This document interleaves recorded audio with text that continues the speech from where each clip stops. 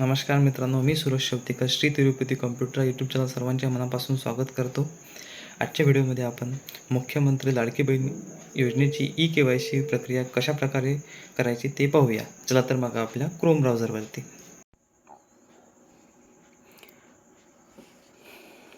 सर्वप्रथम मित्रांनो आपल्या मोबाईलचं गूगल क्रोम ब्राउझर ओपन करून घ्यायचं. त्यामध्ये टाईप करायचं ladkibahin.maharashtra.gov.in. त्यानंतर एंटर करायचं.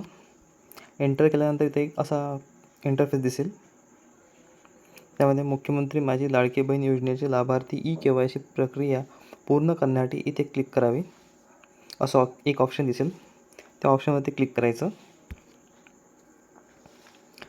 त्यानंतर आपल्यासमोर असा इंटरफेस येईल. यामध्ये दिलेलं आहे मित्रांनो KYC मुख्यमंत्री माझी लाडकी बहीण योजना आणि खाली दिला आहे मित्रांनो लाभार्थी आधार क्रमांक. तर यामध्ये काय करायचं मित्रांनो, लाभार्थी आधार क्रमांकामध्ये आपल्याला लाभार्थ्याचा आधार क्रमांक टाईप करून घ्यायचा. मी टाईप करून घेतोय.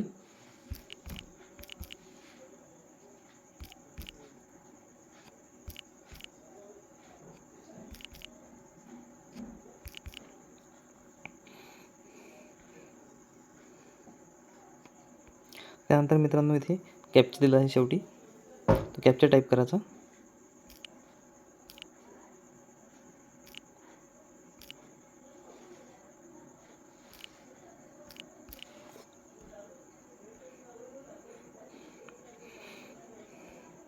त्यानंतर खाली स्क्रोल करायचं.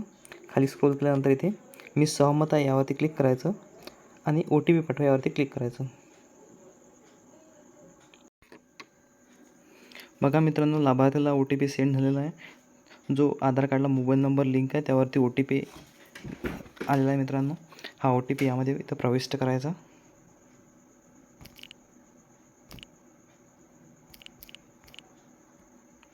प्रविष्ट केल्यानंतर मित्रांनो इथं सबमिट बटनवर क्लिक करायचं आहे.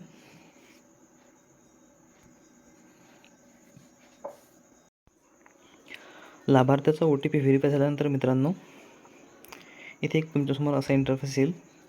यामध्ये वडिलांचं किंवा पतीचा आधार क्रमांक मागितला आहे मित्रांनो. जर लाभार्थ्याचं लग्न व्हायचं असेल तर वडिलांचा आधार नंबर टाकायचा यामध्ये आणि लाभार्थ्याचं लग्न झालं असेल तर मग पतीचा आधार क्रमांक टाकायचा यामध्ये. त्यानंतर कॅप्चा टाकून घ्यायचा. कॅप्चा टाकल्यानंतर इथे खाली स्क्रोल करायचं शेवटी आणि OTP पाठवायवरती क्लिक करायचं. मित्रांनो आपण आता जो लाभार्थ्याच्या वडिलाचा किंवा पतीचा आधार क्रमांक टाकला होता त्यावरती OTP गेलेला आहे मित्रांनो. तो OTP इथे प्रविष्ट करायचा. मी OTP टाकून घेतो.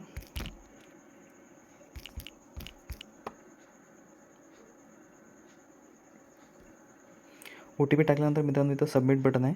सबमिट बटनवरती क्लिक करायचं. तर बघा मित्रांनो इथे लाभार्थ्याच्या पतीचे किंवा वडिलांचे आधार कार्ड व्हेरीफाय झालेले आहे. आपल्यासमोर इथं जात प्रवर्ग येतील. यामध्ये मित्रांनो जो तुमचा जात प्रवर्ग आहे तो निवडून घ्यायचा आहे. त्यानंतर 2 प्रश्न येतील मित्रांनो. पहिला प्रश्न आहे मित्रांनो, माझ्या कुटुंबातील सदस्य नियमित कायम कर्मचारी म्हणून सरकारी विभाग उपक्रम मंडळ भारत सरकार किंवा राज्य सरकार स्थानिक संस्थेमध्ये कार्यरत नाही किंवा सेवानिवृत्तीनंतर निवृत्ती वेतन घेत नाही. तर मित्रांनो याला काय करायचं, होय करायचं आहे, कन्फ्यूज व्हायचं नाही. त्यानंतर दुसरा प्रश्न आहे मित्रांनो, माझ्या कुटुंबातील केवळ एक अविवाहित महिला योजनेचा लाभ घेत आहे. याला पण होय करायचं मित्रांनो. दोन्ही प्रश्न होय केल्यानंतर इथे काय करायचं मित्रांनो, सबमिट बटनवरती क्लिक करायचं. तर तुमच्यासमोर असा सक्सेसचा मेसेज येईल. बघा मित्रांनो तुमची KYC पडताळणी यशस्वीरित्या पूर्ण झालेली आहे असा एक तुमच्यासमोर मेसेज येईल मित्रांनो. हा मेसेज आल्यानंतर आपली KYC पूर्ण झालेली आहे मित्रांनो.